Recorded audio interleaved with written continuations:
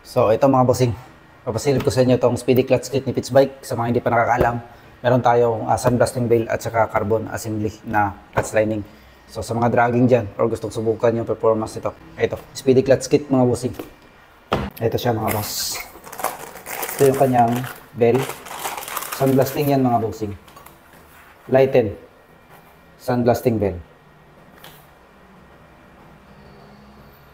Tingnan nyo naman mga bossing.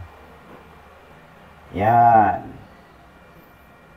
So sa mga dragging dyan, try nyo subukan to mga boss. Sa mga hindi pa nakasubok nito, solid to mga bossing. Lighten yan. Tapos ito yung kanyang carbon clutch assembly. Ito talaga yung lining na bagay dito sa sandblasting bell mga boss. At yung lining na carbon din mga boss is goods dito sa plane. Ayan.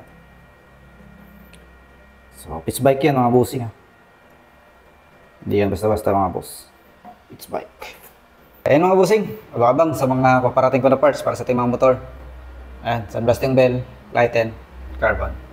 As assembly. Right side mga bossing.